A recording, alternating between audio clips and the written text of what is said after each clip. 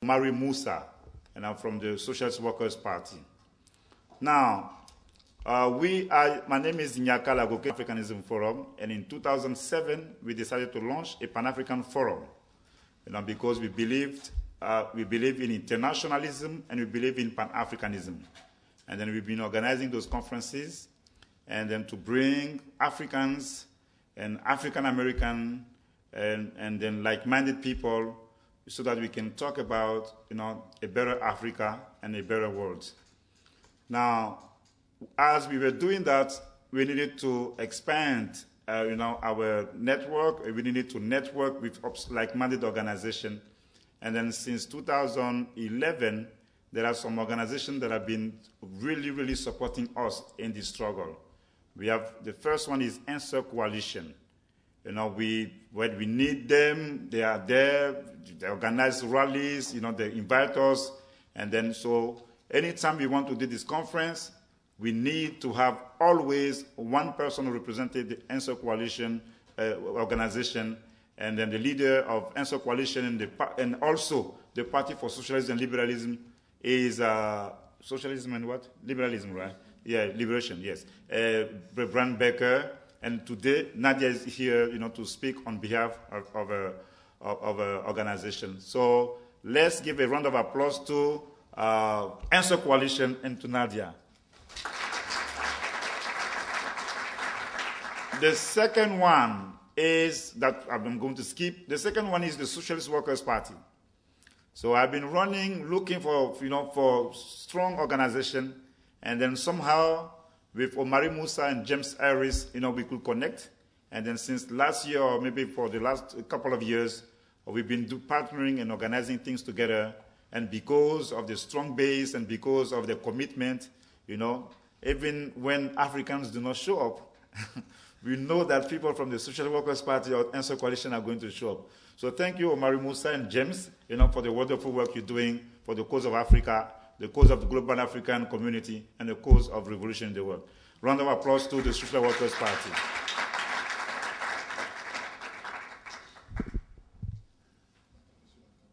Okay, now, there is one of my friends. Her name is Mjiba Freywot.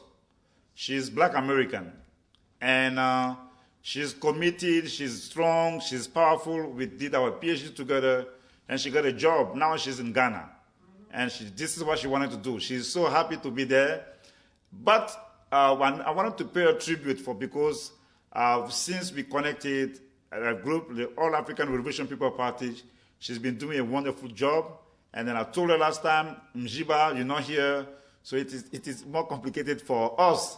And then, but from Ghana, she is still mobilizing and calling people to come to support, this cause. This is what we call a person that is truly committed to the cause of justice and freedom. So let's give a round of applause to All African Revolution People's Party. We have another gentleman. His name is Maurice Carnet, representative of the Friends of the Congo. He's one of the few Jamaicans who speak French. And so when I saw him, I said, Maurice, you're the first Jamaican who speaks French. But the gentleman is so committed, so strong, and so serious that even if Maurice has to be somewhere, we've been doing this with Maurice Carnet. I would like us to give a round of applause to Maurice Carnet and to the Friends of the Congo.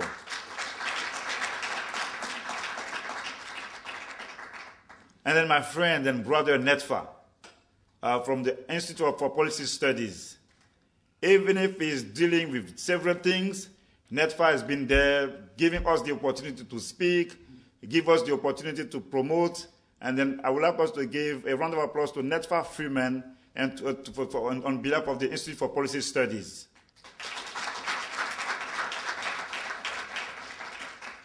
This year, we connected with Aburwa.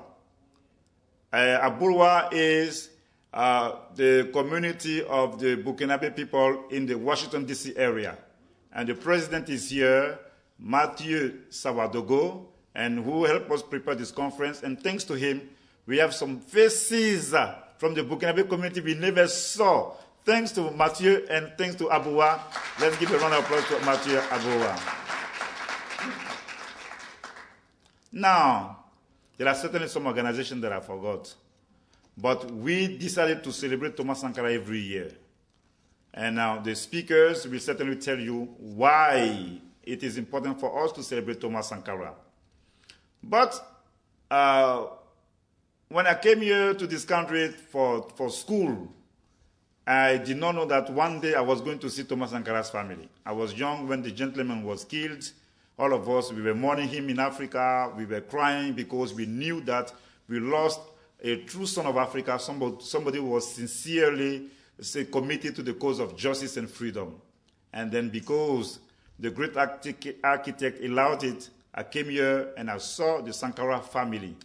And then the one I call the godfather, Pascal Sankara, and later on Paul Sankara, and then Blandine Sankara, who is in Burkina, and Lydie Sankara and Pauline Sankara, and the children of Thomas Sankara. We've been doing this even before we started to do a conference on Sankara.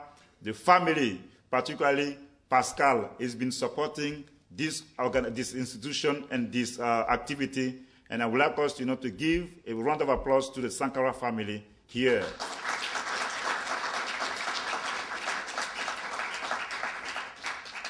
Ba Boubacar is the representative of Ballet Citoyen in New York.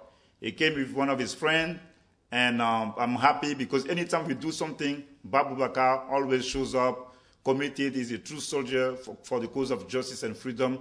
I would like us to give a round of applause to Ba Boubacar.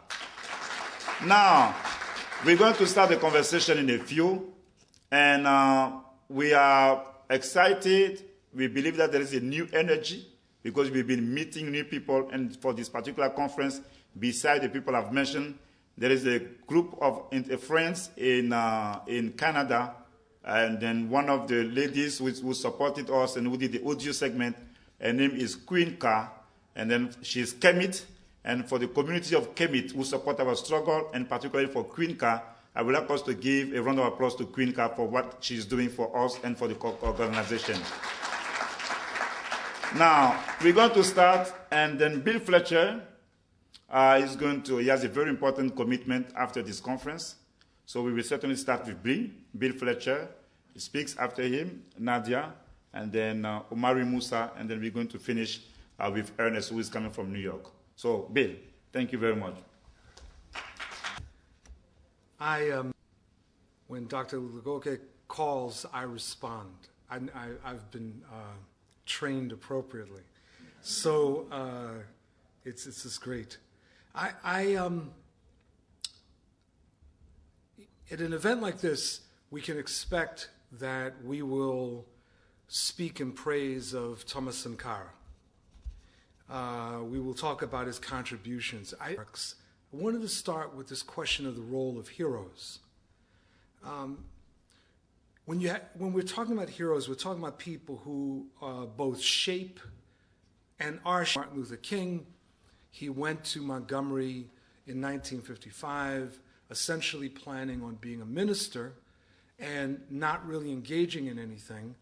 And the circumstances of the events of the Montgomery bus boycott and his being situated as new to the city, not being connected with any of the particular factions or groups, positioned him to play a particular role. Now, certainly if he had been incompetent, if he had been an idiot, it wouldn't have mattered. He wouldn't have been able to rise to the occasion. So you have this combination of someone's brilliance, the eloquence that he had, as well as the moment. That is, the right place, the right time, and then speaking for a movement, but then being driven forward by the movement. And certainly we can see over and over again leaders who move forward not simply because of their creative ideas, but the force of the movement itself, posing questions, posing challenges that they have to grapple with, pushing them further than they might have expected to be. So Sankara was there at the right moment. He was there at the right moment, but he challenged or channeled a mass anti-imperialism and instilled confidence among his supporters and among the population of Burkina Faso. He was obviously quite brilliant. But when we're looking at heroes, we have to understand that heroes are human beings, that there are no heroes that are perfect. And if we fail to come to grips with the actuality of our heroes being human beings, we make some very, very big mistakes. This is something that we saw a few years ago in a lot of the debate around Malcolm X, that the issue of what mistakes, what differences one could have, was a particular hero always on a linear path, a trajectory? Or did that person zigzag? Did they have doubts? Did they have questions? Did they back away? This is one of the things that we have to grapple with when we're trying to come to grips with our heroes. When we're speaking of revolutionary heroes, we must speak about the necessity to institutionalize revolutionary practice. And here I stumbled across something in the writings of Thomas Sankara. It was actually an interview that was in this fantastic collection, Thomas Sankara Speaks, that showed you this contradiction. And I just want to take a moment to read it and its significance. He was talking about the issue, he's being asked this question about whether or not the revolution of Burkina Faso needs to create a party. And he says, you cannot create a party with the will of leaders alone. This opens the door to all kinds of opportunism. A party has to have structures, leaderships, and representatives. Who would do this other than those who are there already and who are not necessarily the most combative? All kinds of people would swear by this party in order to be sure of a post, a little bit the way the carving up of government ministries is viewed. Certain people would suggest we divide it this way so that they too can have a post. We must at all costs avoid the opportunist temptation to create a made-to-measure party. The creation of a party after the seizure of power is a truly tricky undertaking. He goes on to say, there's also a disadvantage to parties. They become too restrictive, overly selective in relation to the masses who are mobilized. From the moment you begin to base yourself on a mere minority, the masses become disconnected from the struggle you're waging. The party is therefore required to play the role of leader, guide, and vanguard capable of leading the whole revolution, to be a completely integral part of the masses, and for that, those who are members must be the most serious ones who are moving forward and who are succeeding in firmly convincing others by their own concrete example. But first, the masses must be allowed to struggle without a party and fashion their weapons without a party. Otherwise, you fall into using a nomenclatura, the term for the Soviet bureaucracy. In that paragraph, you see the contradiction that Sankara found himself in. He was actually grappling with what's come to be known as the crisis of socialism, the crisis of the national populist projects, where you have this idea of a vanguard, predetermined party that is supposedly speaking for and leading the masses. Sankara is pointing out that this predetermined, rigid party is insufficient for the task. At the same time, he then says, but maybe there doesn't need to be a party, at least in the beginning. Well, this becomes a particular problem. This becomes a problem because in the absence of some sort of political instrument, what is the institutional mechanism to advance the revolutionary process? There isn't one, right? Even though in Burkina Faso there was something called the Committees for the Defense of the Revolution, that's different from a political party. In the absence of some sort of instrument for political action, you then overly rely on an individual or a set of individuals. And this runs us into a very major problem. And that major problem is that humans are mortal. And that one of the biggest mistakes that political leaders make is the failure to remind themselves time and again of their own mortality. There is frequently an assumption, even when the rhetoric is one that says we might get taken out, right? We may be killed. But there is, in the back of the minds of too many leaders, the assumption that they will have sufficient time to carry through and lead the process. And the problem is, what if you don't? What if you don't? And in the absence of an instrument of political action, that ends up meaning that the movement itself can be terminated. You know, it's one thing, to have the slogan that you cannot kill the revolution. That's actually not true. Ask the people of Indonesia in 1965, right? You can kill a revolution. You can carry out, the other side can carry out mass atrocities. In the case of Burkina Faso, the revolution was killed in 1987. Now, it's true that there was an insurrection last year, but in the immediate sense, for nearly 20 years, in effect, the revolution was killed. There was the absence of an instrument to continue to prosecute the struggle that Sankara was leading. And while it was true that upon his assassination, there was great grieving, there was not an upsurge to overthrow the counter-revolutionaries who had killed him.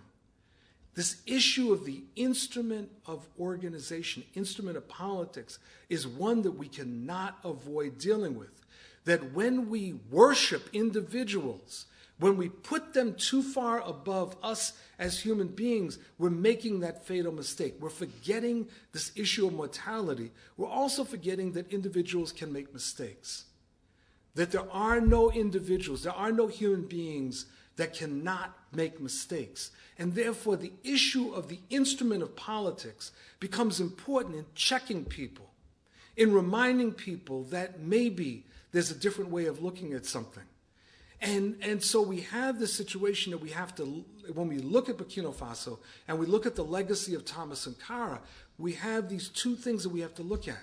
On the one hand, immense courage, Black internationalism, Pan-Africanism, the attempt to move an anti-imperialist project within Burkina Faso, sweeping aside the reactionary institutions and politics of the time. I stumbled across an article here where he's talking about the issue of the environment.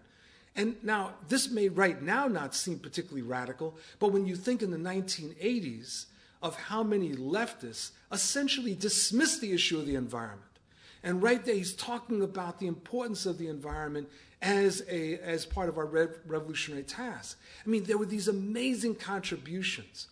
Yet, in failing to create some sort of instrument to outlast himself, it was an unfortunate mistake. And it's one that we who are trying to learn from that legacy and to uphold everything that was good about Sankara must never forget that there is no one individual that puts it all together. It only is done, it is only successful when we build organizations, instruments of politics that are self-critical, that are humble, that are constantly learning mechanisms, that translate the legacy from one generation to another and do not get stuck and do not ever think that there's a short distance between God's mouth and their ear. Thank you very much.